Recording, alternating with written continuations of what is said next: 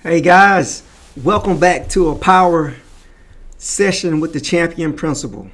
Hey guys, I really appreciate everybody who's going out and watching my YouTube channel, who's clicking like and who's sharing. I really appreciate that. I just really believe that I have some information that I can share with you guys and help someone be successful. There may be something that I'm able to say that can help you. Sometimes it will be about social issues. Sometimes I will talk about educational issues. Like today, for example, this message is for the new teachers. So new teachers, now what? So you got your job, you're board approved, you're ready. Now what? What are you going to do now? Teaching is not as easy as everybody think it is. It's a very, very difficult job. I know a lot of people go to school, they get good grades. So they go to college, they get good grades. They have these impeccable resumes and they're ready to save the world. What's next? You impressed everybody in your interview. What's next?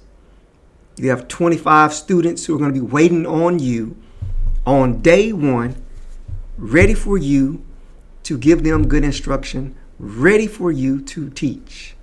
Now what? Are you ready? Are you prepared? Do you have the right mindset to educate these boys and girls? Keep in mind, this is not a fairy tale world. You will not have 25 students who are just sitting there ready and eager to learn. It will require you building a relationship with those boys and girls. So if you think you're going to just go in the classroom and just automatically everybody's going to be ready to learn, everybody's going to just love you because you're the teacher and whatever you say do goes, rude awakening. That's not true. You have to prepare yourself in the off season, which is now, to be prepared to educate and teach our boys and girls. So I've made a few points, a few helpful points that I think will help you prepare for your teaching position. It doesn't matter whether it's your first year ever teaching or whether you're a veteran. I see it over and over and over. I see people struggle with different things over and over and over again. But here's a couple pointers that will help you. Number one, if you are a master in your instructional area, that's going to help you. Being a master in your instructional area means that you understand all the standards, you understand what you're teaching, you have routines in place, your job will be a lot easier.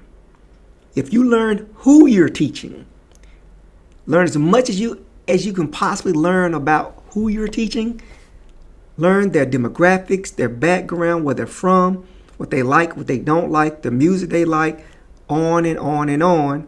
That will help you build a relationship. So if you do those two things, that will help you first of all. But listen very carefully. I said build a relationship. They don't know you. You don't know them. Build a relationship. Find out what they like, what they do not like. As I said, find out what kind of music, what kind of community they live in. Because different things apply to people in different communities. They're exposed to different things. So you have to do your homework to find out what make your clientele tick. So now what? You're preparing for the first day of school. I would suggest visit the school. I know you went during your interview, but you need to visit the school. The school is typically open now. Visit your school, learn as much about your school as possible. Learn who the administrators are, learn who the other teachers are, find out what is the mission and the vision of the school. Because you don't want to go in with your own mission and your own vision. You want to find out what is the mission of the principal and the leadership team. See how you can fit right in with that mission and that vision. Find out what the mission and the vision is, follow suit. Couple other helpful things. Go online. Pull the school improvement plan. You may call it the ASIP. Pull it. Read it. Get a good understanding on what's been going on at the school over the last few years. Look at the data. Read the data. Look at the strengths. Look at the weaknesses. Look at the strengths and weaknesses that apply to the grade level that you will be teaching. So you can already come up with ideas and plans to service your boys and girls. You don't need to go in blind. You should already know what the data looks like. Know what the struggles are, what the strengths are, what the weaknesses are. So you may say, okay, my students have been struggling with multiplication on the test, on the state test. So now you know you need to start hitting multiplication. Maybe you need to hit it a little early. Maybe you need to hit multiplication in one of your centers. Okay? So you need to change some things around a little bit. So have an understanding. It's just like going into a football game and you don't even have a plan. Could you imagine Bama going into a football game against Georgia and they don't even have a plan? Whew. They have problems on their hands. You need a plan. You need to go out and send the people out to gather that research so you can understand your game plan and what you're dealing with, what you're up against. So we said visit the school, review the schedules. Ask the principals, ask the teachers for a copy of the schedule. Each day you should have a schedule of what should you be doing from 7:45 until 3 o'clock every day. Have a schedule. What are you going to be doing at 7:45? What are you going to be doing at 8 o'clock? What are you going to be doing at 8:15? What time is your intervention time? What time is your PE time? What time is your electives? What time are you doing pullouts? I mean, whatever you're doing, you need to have a general idea of that schedule because you need to keep that schedule every day.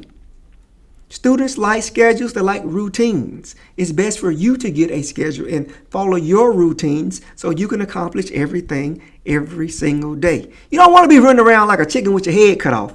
Oh, I'm trying to get to small groups. I'm trying to get to centers. I'm trying to do this. Put it in your schedule. Have your schedule written out in advance. Have a schedule. Follow your schedule. Another thing, map out the school. Before day one, that's one thing I always have done. Whether when I was teaching, when I was an assistant principal, and as a principal, I always just went to the school and I just walked every inch of that school. I wanted to know where everything was located. I wanted to know where the exit doors were. Where do we come in? Where do we exit? How do we go to PE? Where do we go to lunch? Where is the library? So you need all those things before you start on your first day. You should be comfortable with the layout of the school and also for emergency purposes. Don't try to do this all on day one. You will be overwhelmed. Learn all of this before. Map out the school. If the principal already have the roles ready, ask for a copy of the roles. Study your students' names. See how many boys you have. See how many girls you have. Also, pull their files. Go read their files. See what concerns may be in their files. See if there's anything that you should be concerned about. See if they have a RTI plan. That's response to intervention or response to instruction. See if they have other plans in their folder that you need to be familiar with. Look and see if different teachers from the prior year had different strategies that they used with those boys and girls. It may be helpful. You may see some of the same concerns or some of the same problems that the prior teacher may have had. Make your job easy. Look and read those files. Read through the RTI process. Okay? See if the child has an IEP. Read the IEP. Reach out to the teachers from last year. Talk to them. See if there's some things you need to be concerned about. See if there's some strategies they can use so you can better prepare for that child. You don't need to wait for day one. You need to know the child before day one so you'll be prepared to service that boy or girl. Review the roles. Find out if the school have different programs. The different programs, different schools I've been part of, we may have things like mentor programs. If that's what the principal pushes, I think you should be part of that. Sometimes you have like girl programs. Sometimes you have like STEM programs. See what skill set do you have that you can bring to that school. See what the biggest focus of the school is. If it's a reading initiative, see how you can support that program. Find out what programs, whether it's Leader in Me, whether it's the Champion Summit, whether it's Doc's 5 Principles, whatever that school may have, you need to become familiar with those programs. Even when you look at your classroom and instruction, Also look and see what reading programs the school may be using. Are they using Reading Street? Are they using Investigations for Math? Are they using Wonders? What are they using? Are they using Dibbles? So if they're using Dibbles, make sure you go ahead and understand how Dibbles work. Make sure you understand how to do the assessment and progress monitoring. Practice that before you even start on day one, so you understand those miscues and things like that. I showed you a book the other day on the last YouTube, and it talks about how do you identify student reading difficulties, mixed cues, and things like that. So that would be good for you as well. Find out what programs your school is using. Like I said, it could be Amsty. Research it and find out. But I can tell you, here's a place you can't go wrong. As long as you are strong in reading and you're strong in math and you understand those standards, you should be fine. Speaking of standards, moving to the next one. Guys, you can pull your standards off the State Department website right now. Go ahead and pull. I think it's alex.com in Alabama, but in different states, you can go to the State Department website, pull your standards. The standards are already there. Read your standards. Go ahead and pull your standards and go ahead and develop your learning targets for those days of instruction that applies to those standards. See, you can do all that stuff right now. You don't have to wait till you get to school. You should already be familiar with all your standards. You should already have your learning targets written out for your standards. Understand what activities are you going to do. Even on the State Department website, they have different lesson plans already written out for you. Guys, I said it the other day, we're in the Google age, a YouTube age. You can go to Google and YouTube and pull different activities, different strategies, different standards. Go ahead and do your homework. This is the off season. This is when you put in that work, so you'll be prepared for day one. Because if you don't do this, you're going to crash on day one. And we haven't even got to the end of the list yet. Understand your standards. It's a tough thing. But read through them. Collaborate with other teachers so you can have a good understanding of those standards. I think I already told you about the school improvement plan, but make sure you go check out that school improvement plan. Most of them are located on the school website. I know on my particular school, you can go to the website and look for something called ASIP. And so you look at that school improvement plan and you read through that ASIP. And as you read through that ASIP, you just find out what are the strengths, what are the weaknesses, and what strategies are the school using? Find out what strategies they're using. What programs are they using? What grade level had concerns? Was it first grade, second grade, third grade, fourth grade? What concerns? And so that's how, and then you look at your grade level. So you say, okay, if first grade had problems with fluency, what am I going to do about fluency? So you already have some strategies and ideas in place to deal with those things. These are some common sense ideas, some common sense points, but I know a lot of us still, we just don't know. So I want to do my part to help you so you can understand when you get this job, you'll know exactly what you're supposed to do. Find out what types of technologies in the school, how to take roll. Are they using iNow or are they using another program?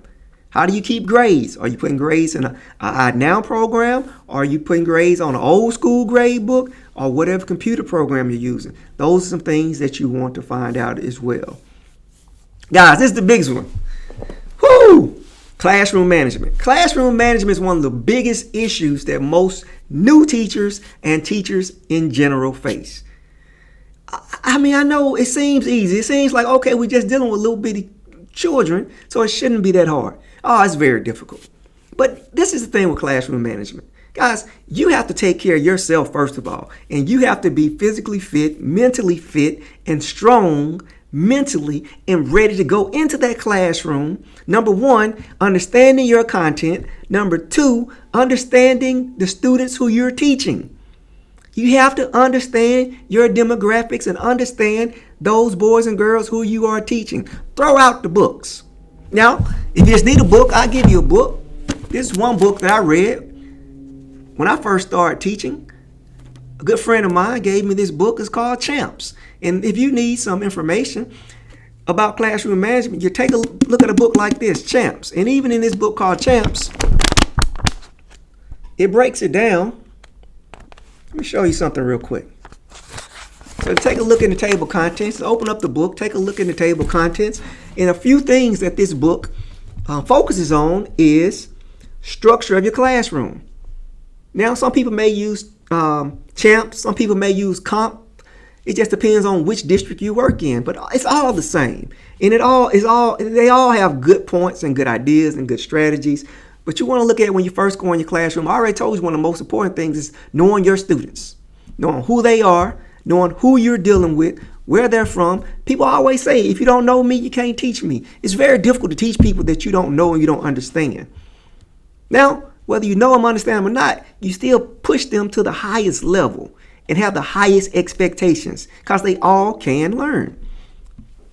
So look at your structure of your classroom. Got to make sure your classroom is nice, neat, in an orderly fashion. More than likely, if you're in elementary, you want to have a group format. Even in middle school and high school, you still can do a group format. But you do not want your class to be all cluttered and things like that. You don't want them to be in front of the doorways and in walking areas. You want to make sure you have room so everybody can walk around, not bumping into each other and all those things, okay? So make sure you structure your class the right way. Next, organization. So you want to arrange your class in a way that's conducive to student learning. You want a positive environment. You want to use signals. Some people use 1, 2. Some people use Docs 5. Different signals, thumbs up, thumb down. Formative assessments, did you get it? Did you not get it? How many more minutes do you need? Fist to 5. How many more minutes do you need? There's different things, different signals that you can use in your classroom, okay? Sometimes in elementary, what else do we use? We use like links. You use the different color codes, whether you're on green or red or yellow. So you use different things for your behavior management program. You want to talk, when you look at management, number one, you want to have expectations for your students. You want to go over the rules. You want to go over the expectations. You don't want to be all over the place either. You don't need 20 different rules. Create about 5 good rules. Discuss, if you can create it with the class, you create it with the class if they're old enough. But you want to have those 5 good rules in place. But it's not a bad thing. You want rules to build students' character, to build their leadership, to make them accountable and make them responsible. The rules can't be like, I told you, blah, blah, blah, blah, blah. Why are you doing this? Why are you doing that? That does not work, guys. I hear a few teachers all the time. Hey, is that how a champion's supposed to walk? Hey, is that how a champion's supposed to talk? Are you showing champion behavior right now? Think of that is what you're supposed to do. Don't make idle threats. If your school has a behavior plan, follow the behavior plan. What are you supposed to do on step 1? What do you do on step 2? Call the parents. Call the parents. Guys, stop making these excuses. And see, I've heard this for years, over 19 years. Stop saying the parents are not going to do anything and the parents won't answer the call. Guys, call the parents. Pick up the phone, call the parents, send a letter home, send an email home. Reach out to the counselor. Reach out to the social worker. That's 5 things you can do right there just to get in contact with the parent. If none of those things work, ask the principal for help. Ask the principal so he or she can get in contact with the parent. A lot of times the parents are dropping their kids off in the front of the school in the morning and in the afternoon. Walk out there and talk to the parent. There's all types of things that you can do, but make sure you take advantage of the resources that you do have. Counselors, social workers, if you have them. You picking up the phone and actually calling. Stop being afraid of the parents. We have to be on the same team. Talk to the parents. Hello, Miss Such and Such, this is such and such, and hey, I'll just call and speak to you very briefly. I need your help with Johnny. Johnny's been struggling in influence. He's been struggling in his behavior. Is there anything I need to know about? Hey, can you come by the school so we can meet, or let's just talk about it and collaborate to see how we can help Johnny today? Those are some things that you can do, guys. Teaching expectations. You have to have the highest level of expectations for your students. Now, I do agree with this. It doesn't matter what school you're in. You have to have the highest level of expectations for your boys and girls. Now, you have to be a skillful teacher and provide great instruction, but you have to believe that they can learn and they can be successful. And you have to have them in the mindset they have no choice but to learn. That's the first step. You have to have some clarity in your expectations and your activities. Don't create activities and say things that don't make sense to the students. Have some clarity. Clarify for them. They need some understanding. Don't never have them guessing. Even when a kid get in trouble, don't just point your finger at him. Most definitely don't be pointing your finger at him. Don't be loud talking them. Don't be embarrassing them. Don't be sarcastic. You are the adult. They are the child. They're the child. Save your sarcasm. Don't push them in corners because they're going to bite back. Be professional. Be the educator that I know you can be. Treat them how you want somebody to treat your child. Even our own children get in trouble sometimes. All the yelling and all that kind of stuff. Guys, that does not work. Show me the yelling. Let me see your data. I guarantee it's a perfect reflection. They're not being successful. Prepare lessons to communicate your expectations. Communicate your expectations. Your lessons should revolve around your expectations, guys. Should be very clear. Lunch. It's time to start. Launch your expectations, your activities, and it's time to go to work. Now, guys, I made it sound kind of easy, but it's a difficult job. Teaching is a calling. It is not for everyone. Many of you all will decide within the first 3 years that teaching is not for you. But the successful teachers, they have a passion for it. It's not just for the paycheck. It's for the paycheck, but it's not just for the paycheck. It's for the love of what you do. You want to see students be successful, which means you would do anything that you have to do to help your students be successful, which means just like an athlete, you have to prepare in the off season for your boys and girls. You have to put as much information and much knowledge in your mind as possible so you'll be more prepared for our boys and girls. We can't make excuses of why they cannot learn. We have to do everything that's possible for them to be successful. If you are working with boys, especially minority boys, I want to give you another quick book real quick. This is one of the books that I read several years back. It says Motivating Black Males to Achieve in School and in Life by the great Baruti Kafele. Now, it says black boys, but I'm going to tell you something. This actually applies to all boys. So if you're struggling and you know that you have a lot of boys in your school and you're teaching boys and if boys are the problem, make sure you check out Baruti Kafele's book. He has tons of knowledge, and not only just for boys. Check out his YouTube channel. His YouTube channel not only talks about motivating boys, but also talks about being a leader, talks about people who want to be assistant principals, who want to be principals. There's tons of knowledge out there, guys. Guys, this is the Champion Principal. I hope I said something that motivates you, something that helps you. I look forward to seeing you again. Have a good evening.